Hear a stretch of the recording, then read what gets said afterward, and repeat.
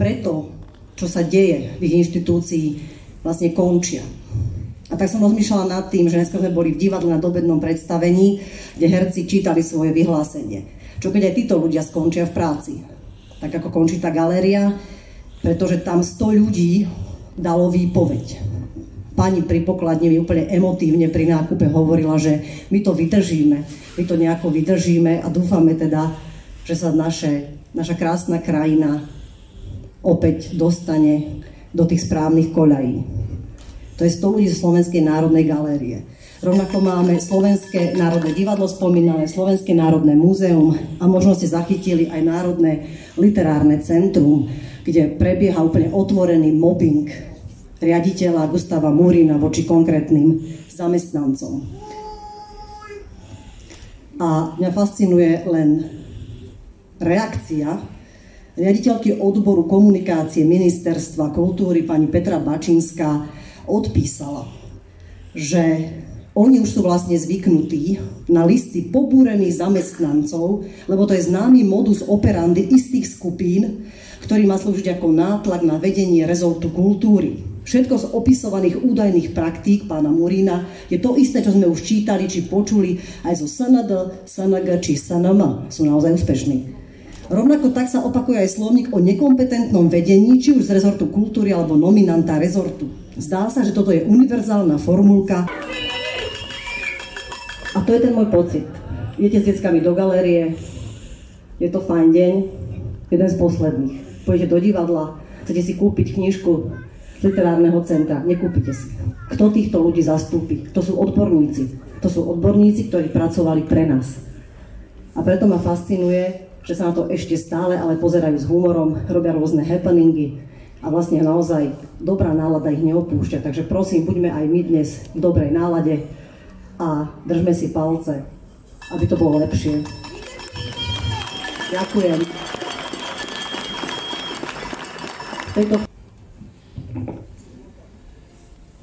Na verejných zhromaždeniach, ktoré sa uskutočnili 10. januára a taktiež 24. januára v mestách po celom Slovensku a v zahraničí, odzneli 4 spoločné požiadavky nás organizátorov a vás zhromaždených. Po 2 a ďalších 2 týždňoch stále platia a preto ich čítame znova. Po prvé, vyzývame premiéra Roberta Fica, aby dodržiaval zákony, rešpektoval nezávislosť inštitúcií a vládol transparentne.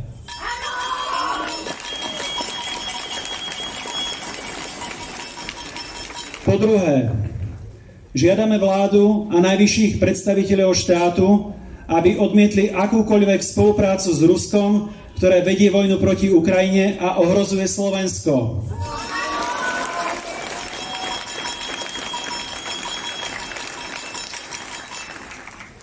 Žiadame vládu a ústavných činiteľov, aby prestali útočiť na Ukrajinu, ktorá čelí agresii Vladimíra Putina, a tu si dovolím dodať, aby vláda Slovenskej republiky, premiér Robert Fico, prestal útočiť na akýchkoľvek našich susedov a spojencov.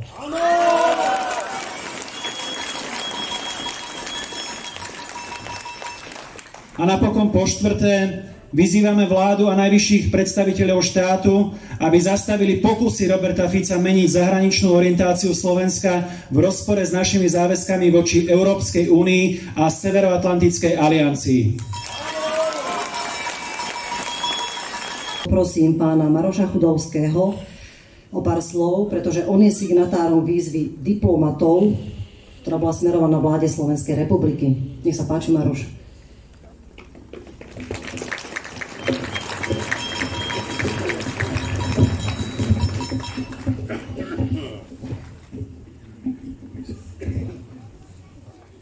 Ďakujem veľmi pekne. Dobrý večer všetkým. Ja nadviažem na to, čím Tomáš skončil, a to je práve zahraničná politika. A ak dovolíte, tak skôr než ja niečo poviem, tak mám tu pár odkazov, ktoré nám posielajú páni. Myslím si, že ich hlas poznáte. Vystúpenie z Európskej únie. Návrat k ruským zdrojom. Fašizmus a vojna prichádzajú do západu, sloboda a mier prichádza z východu. Všetky zasadnutia Európskej rady sú vojnové kabinety.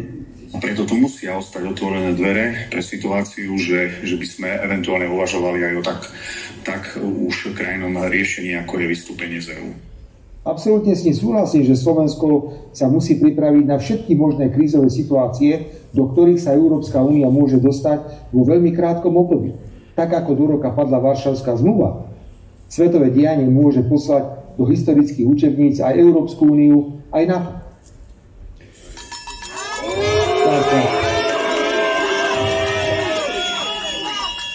Aj toto sú slova, ktoré sme počuli od predstaviteľov vlády, predstaviteľov vládnej koalície. No a keďže mám česť byť prvým rečníkom dnes, tak presne toto je jeden z dôvodov, prečo sme tu a chcem sa vám za to poďakovať, že ste prišli v takomto hojnom počte. Ono totiž dnes, bohužiaľ, musíme vláde pravidelne pripomínať, že nie len my všetci tu, ale aj 7 z 10 Slovákov a Sloveniek sa v EÚ cíti doma. Kto sa v EÚ už zjavne doma necíti, asi viete, o kom hovorím, je práve premiér Fico.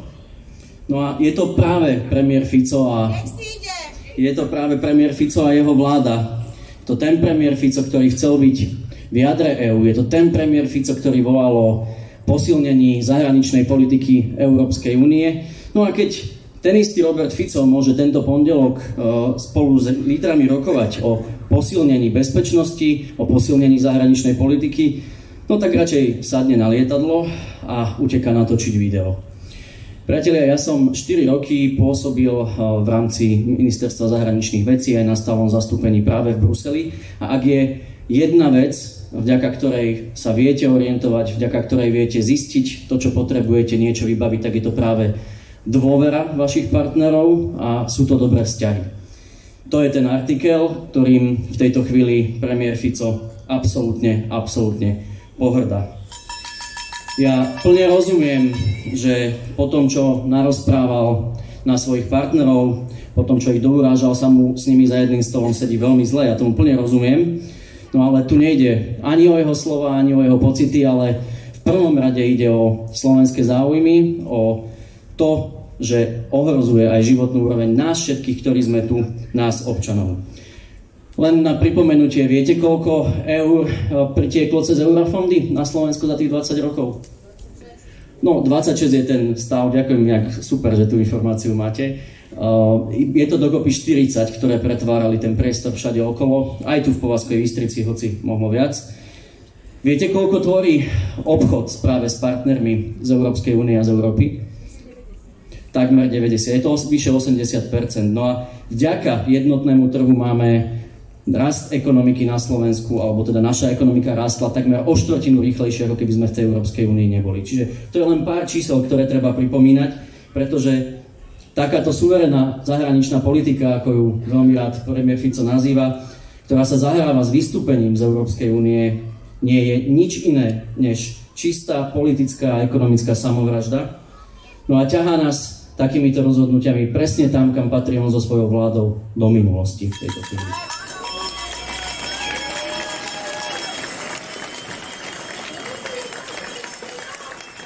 Priatelia, ja som stále v kontakte so svojimi bývalými kolegami tak v Bruseli, ako aj na ministerstve zahraničných vecí. No a chcem povedať, že aj oni to vnímajú a cítia veľmi dobre, hoci sa ťažko o tom hovorí, že ten obraz, ktorý aktuálne dnešná vláda vytvára o Slovenskej republike v zahraničí, nie je vôbec dobrý a škodí našim záujmom. To, čo sa Robertovi Ficovi a ministrovi Blanárovi za rok pôsobenia podarilo, je kompletne zničiť naše meno, ktoré sme takmer 30 rokov poctivo budovali. No a preto aj z prostredia diplomácie práve vzýšla celkom jasná výzva tejto vláde. Ja som mal tú česť byť spolu s ďalšími 7 bývalými ministrami a skvelými kolegami jej súčasťou. Dokonca s kolegom sme ju mali teda aj tú česť pripravovať ten text. No a dovolte, aby som vám z nej krátko prečítal, o čom je. My, bývalí ministri zahraničných vecí, veľvyslanci a veľvyslankyne, diplomati a diplomatky cítime povinnosť zdôrazniť strategický význam zahranično-politického ukotvenia Slovenska v slobodnom svete. Toto ukotvenie nebolo a ako sa ukazuje práve dnes, nie je samozrejmosťou. Stať sa plnohodnotnou súčasťou demokratického sveta je výsledkom spoločného úsilia politikov, diplomatov a túžby našich občanov. Máme silnú historickú skúsenosť s obdobím, keď sme neboli slobodným rovnocenným členom medzinárodného spoločenstva. Táto skúsenosť nás učí, že nezávislosť a prosperita Slovenska sú udržateľné iba v spolupráci s partnermi, s ktorými zdieľame spoločné hodnoty. Slobodu, demokraciu, právny štát a rešpekt k ľudským právam. Sme hlboko znepokojení, keď vidíme, ako súčasná vláda bez mandátu a v rozpore s väčšinovým názorom spoločnosti búra dlhodobý zahranično-politický konsenzus a ničí vzťahy s našimi najbližšími spojencami. Toto konanie oslabuje schopnosť presadzovať naše národné záujmy, oslabuje pozíciu Slovenska v EÚ a NATO, čo v konečnom dôsledku poškodzuje aj záujmy občanov Slovenskej republiky. V tejto súvislosti dôrazne apelujeme na predstaviteľov vládnej moci, aby sa správali zodpovedne a prestali Slovensko vytláčať z nášho prirodzeného životného priestoru, pošliapávať vzťahy s našimi blízkymi partnermi a hazardovať s reputáciou a bezpečnosťou našej krajiny. Toto je, dámy a páni, tá výzva, ktorá smerovala na vládu. No a podľa tej reakcie cítim, že my všetci sa pod ňu dokážeme podpísať. Ja si veľmi vážim, že ste prišli v takomto počte a čo teda tu vidím je, že mnohí ste si priniesli so sebou aj slovenskú vlajku, pretože tí páni, ktorí, a teda aj dámy, Tomáš tiež niečo citoval, o ktorých sme počuli v samom úvode, tak oni sa nám snažia dlhodobo nanútiť trošku iný obraz o tom, čo je vlastenectvo, o tom, čo je láska k krajine. No a práve toto, že sme tu dnes, je z môjho pohľadu ten pravý dôkaz, že nám na Slovensku skutočne záleží, že aj každý z nás tu je vlastencom, pretože tá láska vlasti sa nebuduje tým, že tú vlajku dvihneme vysoko vždy, keď nám v podstate sa nám to hodí a treba ňou prekryť akýkoľvek problém. Práve naopak. Tú pravú lásku k vlasti si z môjho pohľadu budujeme tým, že za Slovensko sa nebojíme postaviť aj v takýchto ťažkých chvíľach, tým, že sme tu. Hrdosť a lásku k vlasti budujeme aj cez kvalitnejšie služby, cez modernizáciu krajiny, no a predovšetkým cez lepšie vládnutie. My všetci tu, ale aj 10 000 ľudí, ktorí v tejto chvíli sú na námestiach po celom Slovensku, vedia, že to, čo som práve povedal, je možné len spolu s našimi partnermi v slobodnom svete. Takže chcem vás poprosiť, držme aj my tie vlajky vysoko, pretože Slovensko aj Považská Bystrica je a sú Európa. Ďakujem pekne.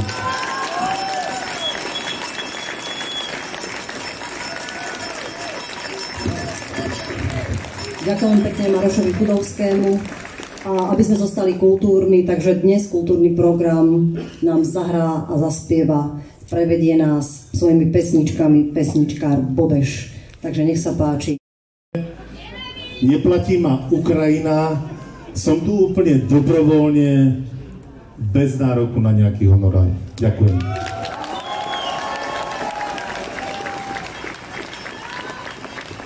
Ďakujem veľmi pekne. Listu učiteľov a učiteľiek vlády Slovenskej republiky. Nech sa páči.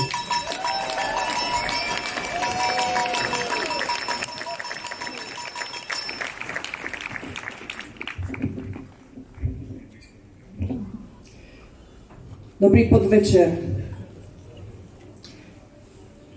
Nemám rada davy. Paradoxne, práve preto tu dnes stojím. Som tu, lebo tu už nechcem byť. Ja nechcem chodiť na protesty.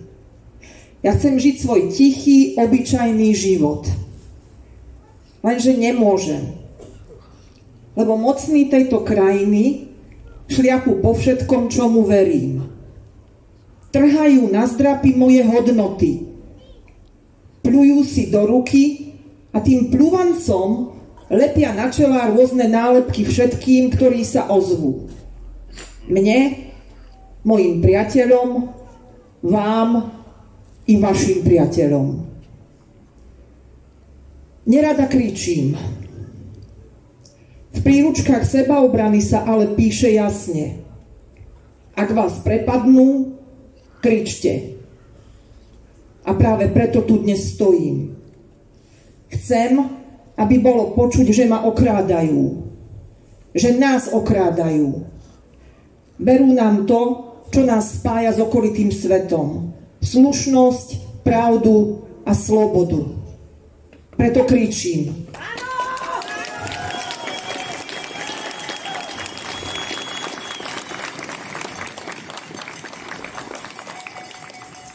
A preto sa ozývate i vy. Som učiteľka a všetko na svete spájam s touto profesiou. Učitelia sa vraj nemajú miešať do politiky. Do škôl sa nemajú ťahať politické témy. Vraj by bolo dobré mať to aj v ústave. Škola má učiť. Vychovávať budú rodičia, nie zmagorené učiteľky a učitelia. Veľa teraz nad týmito vetami premýšľam. Čo ako učiteľka vlastne smiem a čo nesmiem? Nech sa snažím, ako sa snažím, neviem oddeliť školu od toho, čo sa deje za jej múrmi a neviem oddeliť ani výchovu od vzdelávania.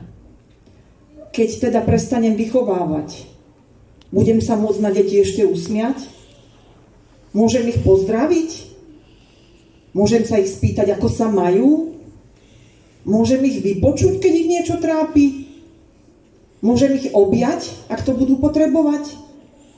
Alebo mám zabudnúť na všetky povzbudené slová, okrem vety otvorte si učebnice na tej a tej strane.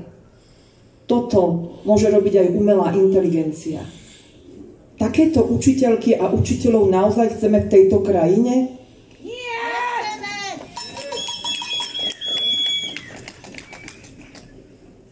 Viete, to, čo je na svete vyšinuté, neukazujú deťom učitelia. To im svet už dávno ukázal, často bez varovania, prípravy či vysvetlenia. To, čo mnohí považujú za vyšinuté, vidia deti často úplne ináč. A nie je to preto, že by ich v škole niekto manipuloval či tlačil im niečo do hlav. Je to preto, lebo ich pani učiteľka niekde na 1. stupni naučila, že sme si všetci rovní, že iným sa nevysmievame, a že ľudia si majú pomáhať a mať sa radi bez podmienok. Toto je ten liberalizmus, pre ktorým chceme ochraňovať naše deti?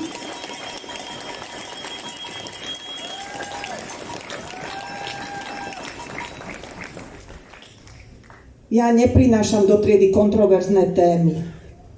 Čoraz častejšie ale musím odpovedať na ťažké otázky, ktoré mi mladí ľudia kladú. Snažím sa odpovedať tak, aby som nikomu neublížila. Nikomu. Ani tým, kvôli ktorým tu dnes musím stáť. Nemám rada davy. A nerada kričím.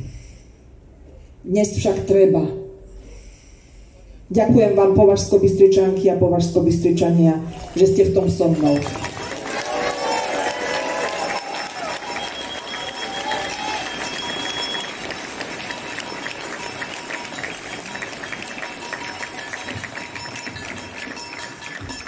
Ďakujem veľmi pekne Anne Jančovej a v tejto chvíli musím povedať, že som veľmi hrdá, pretože ďalším hosťom je Alex Varhaník. Je to gymnazista, ktorý spolu so svojím spolužiakom a kamarátom Adrianom Horným vytvorili pripomienku k zmene ústavy. Sú to mladí ľudia, ktorí, predpokladám, že nikto neovláda, ale majú vlastnú hlavu a vlastný rozum. Nech sa páči, Alex, mikrofón je tvoj.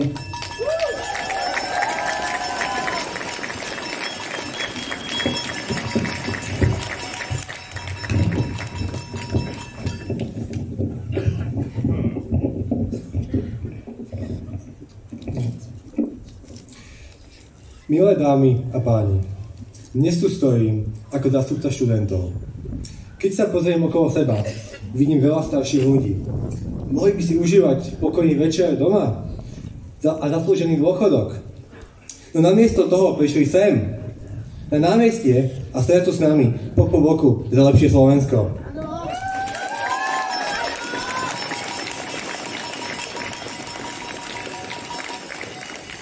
A za to nielen im, ale vám všetkým patrí jedno veľké ďakujem. Opäť po 30 rokov od dnešnej revolúcie zisťujeme, že sloboda nemusí byť navždy zachovaná a garantovaná. Demokracia nie je samozrejmosť. Musíme o ňu bojovať každý jeden deň.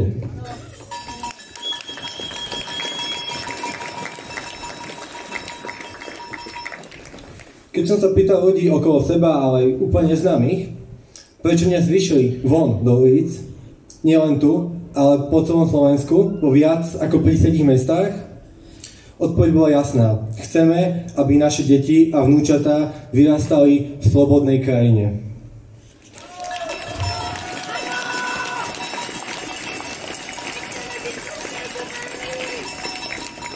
Mnohí mladí uvažujú o štúdiu či živote v zahraničí. Úprimne nebudem klamať, aj ja o tom uvažujem. Vďaka korupcii nám kolabuje školstvo, zdravotníctvo, postupne klesá životná úroveň. A mnohí ľudia už neveria pravde, ale len klamstvám, ktoré nájdú na internete. Kým neonacisti v hlavnom meste útočia na nevinných ľudí v autobusoch, vláda namiesto riešenia skutočných problémov mení trestný zákon, aby pomohla ľuďom, svojim ľuďom.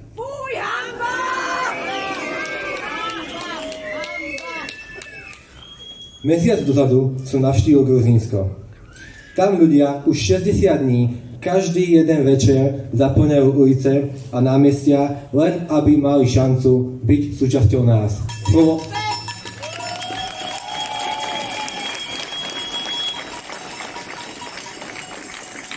Za hodnoty, ktoré my považujeme ako samozrejme, sú ochotní doslova dostať cez hubu.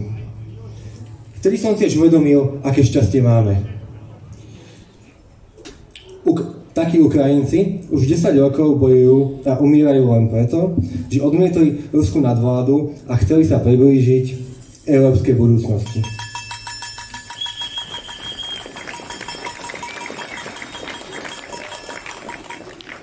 My všetci sme mohli tejto vojne zabrániť. Vždy sme si však vybrali svoje vlastné pohodlie a vlastný plyn. A aké sú dôsledky? Prvýkrát od druhej svetovej vojny pociťujeme, že mier nie je samozrejmý. Populisti a extrémisti získavajú silu, odmietajú nesúhlas a vláda sa snaží umlčať aj tieto pokojné protesty. Básni o vymyslenom Majdane útočí na novinárov a ľudí, nás mladých zosmiešňuje, doslova citujem, ako nepodstatných študentov s pubertálnymi vyrážkami na nose.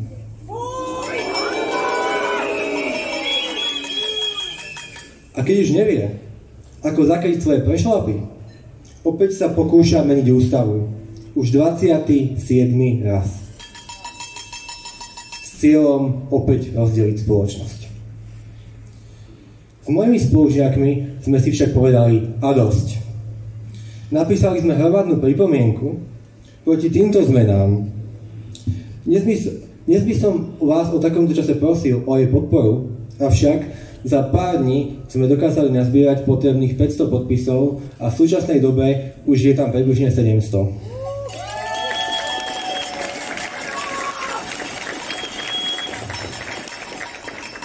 To nám ukázalo, že nielen my máme toho plné zuby. A tak si budeme môcť za krátku dobu obhajovať svoje pripomienky priamo na úrade vlády.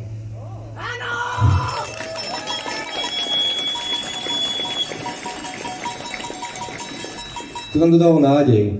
Slovensko ešte nie je strátené. Má zmysel tu zostať a bojovať.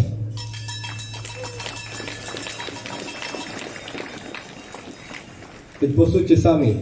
Nebola by škoda nechať našu krajinu v rukách tých, ktorí myslia len na seba a svoje peňaženky? Toto je náš domov. Buďme aktívni, podporujme sa a hlavne nenechajme si vziať Slovensko. Ďakujem.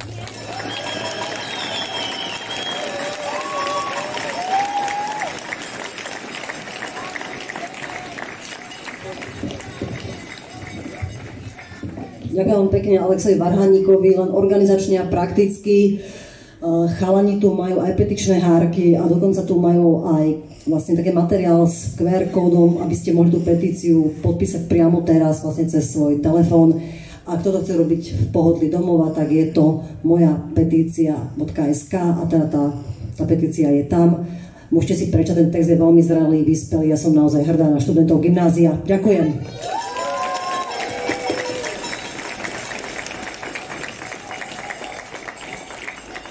No a v tejto chvíli opäť trochu hudby, nech sa páči, Bobeš, ktorá je vlastne rodáčka z Považskej Bystrice, je to úspešná slovenská autorka, spisovateľka, takže sme veľmi radi, že za kultúrnu obec v tejto chvíli prehovorí pani Monika Kompaníková. Nech sa páči.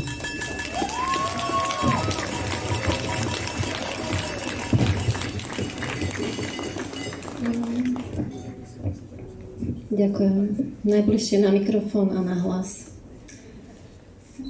Timothy Snyder, ktorý sa roky venuje histórii strednej a východnej Európy, niekedy v roku 2017 napísal knihu s názvom O tyranii 20 ponaučení z 20. storočia. V roku 2017 prvýkrát vyhral voľby Donald Trump, preto napísal túto knihu, vediac, že čo sa všetko môže stať.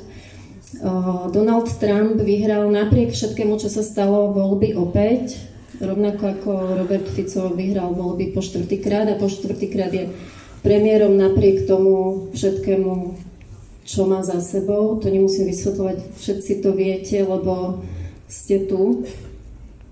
Snyder hovorí, že história sa neopakuje, ale ponúka ponaučenia, že európske dejiny nám ukazujú, že spoločnosti sa môžu rozložiť, demokracie môžu padnúť, elita skolabovať a bežní ľudia sa môžu ocitnúť v neočakávaných situáciách. Nechcem teda opisovať, že kde sme sa ocitli my, lebo to všetci vieme a už to ani asi nechceme počúvať, už nám to všetkým lezie hore krkom a vlastne všetci rečníci predo mnou to už krásne zhrnuli. Namiesto toho by som vám chcela pripomenúť, čo všetko robiť môžeme, aby sme túto situáciu zvrátili a aby sme zabránili nenapraviteľným škodám. K niektorým už došlo, ale možno sa nám ešte podarí niečomu zabrániť.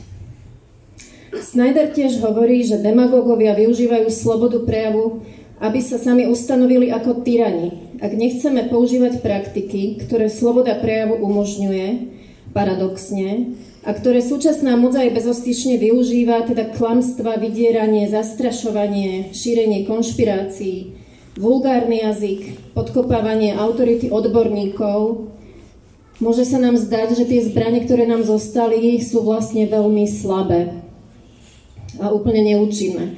Lebo chodíme voliť, protestujeme, ja už som bola asi na 12 protestoch, podpisujeme petície, diskutujeme, presviečame a možno máme pocit, že nič z toho nefunguje. Vzdať sa však nechceme a nemôžeme, lebo toto je naša krajina, máme tu deti, chceme tu žiť, nikto z nás asi nechce odísť. A tí, čo chcú odísť, tak nie preto, že sa tu nedá žiť, ale preto, že proste chcú skúsiť žiť aj v inej krajine, lebo žijeme v slobodnom svete. Preto som si od Timothyho Snydera požičala zo pár tipov na to, že čo ešte môžeme robiť, aby sme nezostali pasívni a apatickí a frustrovaní, ale aby sme zobrali vlastne ten život v tejto krajine do vlastných rúk a aby sme si ju zobrali naspäť, lebo zatiaľ nám ju zobrali a snažia sa veľmi intenzívne nám ju zobrať úplne. A aby sme si pritom ešte mohli zachovať aj charakter a slušnosť. Teda nerobiť to tými zbraniami, ktoré používajú oni, ale slušne, pokojne, premyslene. Tak tip číslo 1. Nepodrobujte sa vopred. Nič nie je stratené, lebo každý líder, vládca či predseda raz skončí a netreba im upevňovanie moci uľahčovať. Občan, ktorý sa prispôsobuje, učí moc, čo si môže dovoliť.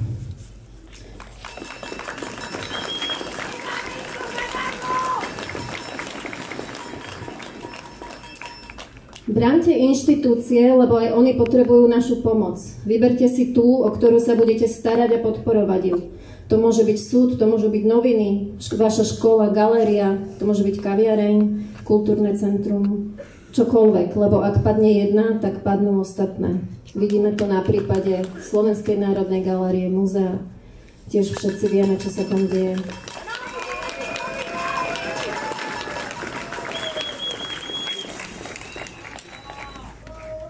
Pozor na štát, kde je iba jedna strana. Zažili sme to, vieme, čo to so sebou prináša.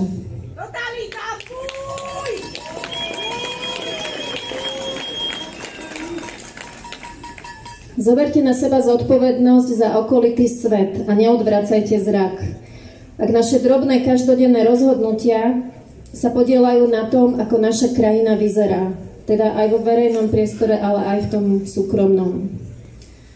Dbajte na svoj jazyk, buďte slušní, radšej vysvetľujte, ako nadávajte. Možno sami vnímate, ako sa posunula hranica toho, čo sa vo verejnej diskusii toleruje, a to, čo bola kedy pred pár rokmi bolo úplne nemysliteľné, tak teraz je úplným štandardom. Neposúvajme túto hranicu ani vo verejnom priestore a ani v súkromí.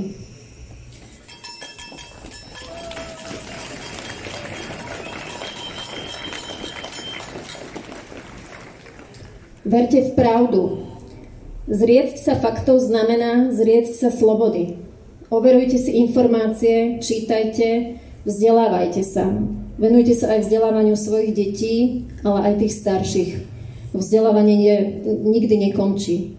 Verte mi, že médiá s veľkými redakciami si naozaj informácie overujú a dobre si rozmyslia, čo vypustia, pretože si uvedomujú, akú majú zodpovednosť. Pracujem v jednej takej redakcii a naozaj viem, ako to tam funguje a naozaj si novinári veľmi dobre, tí novinári skutočne nie, tí v úvodzokách, si veľmi dobre rozmyslia, s akou informáciou idú von a pokiaľ zistia, že išli von s nepravdivou informáciou, tak tú informáciu opravia.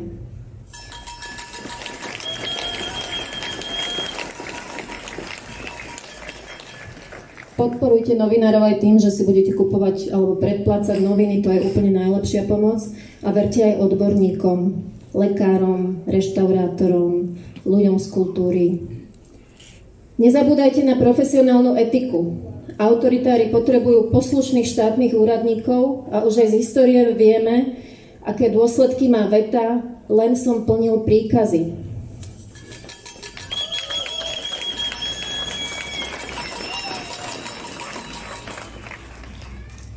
Pozor na tých, čo vravia, že sú proti systému.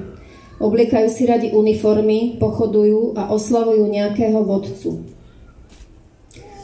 Združujte sa, stretávajte sa, buďte aktívni, budujte komunity.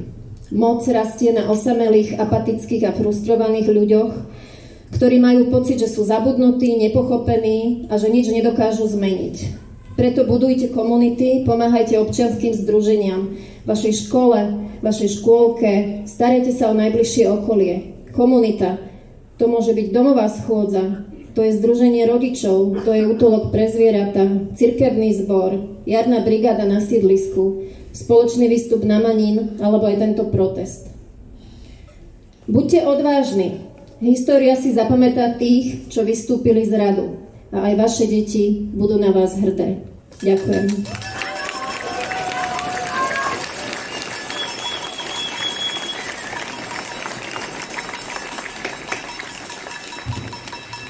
Ďakujeme Monike Kompaníkovej. Ja by som si z tejto pozície dovolil taký spoiler. O 6:30 bude potom tu v Kultúrnom centre Kultajner pokračovať diskusia Moniky s pánom psychologom Janom Hrustičom na tému knihy Umenie blízkosti, ktorú spolu napísali. Takže niekoľkí z vás sa určite dostali ešte z mesta, ak by ste mali záujem, môžete zostať. Teraz by mali nasledovať počty. Viete, ako to minulý týždeň dopadlo? Ohlasoval som, myslím si, že minulý týždeň, pred 2 týždňami, že v Bratislave bolo 60 000 ľudí. Napokon sa tie počty korigovali.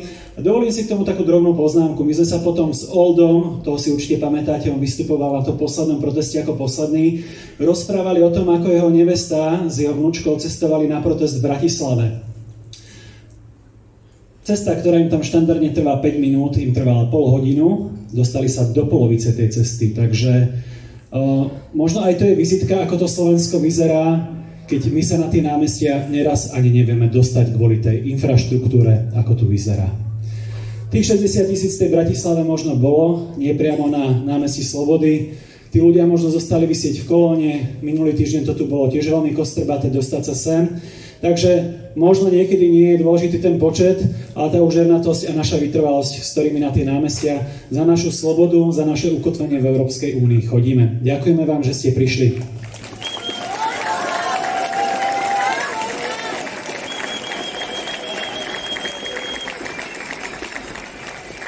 Priatelia, než na závere zaznie tá úplne posledná slovenská žiadna iná z fujarov, samozrejme bez fujary, tak si dáme ešte jednu pesničku od Bobeša, takže posledná.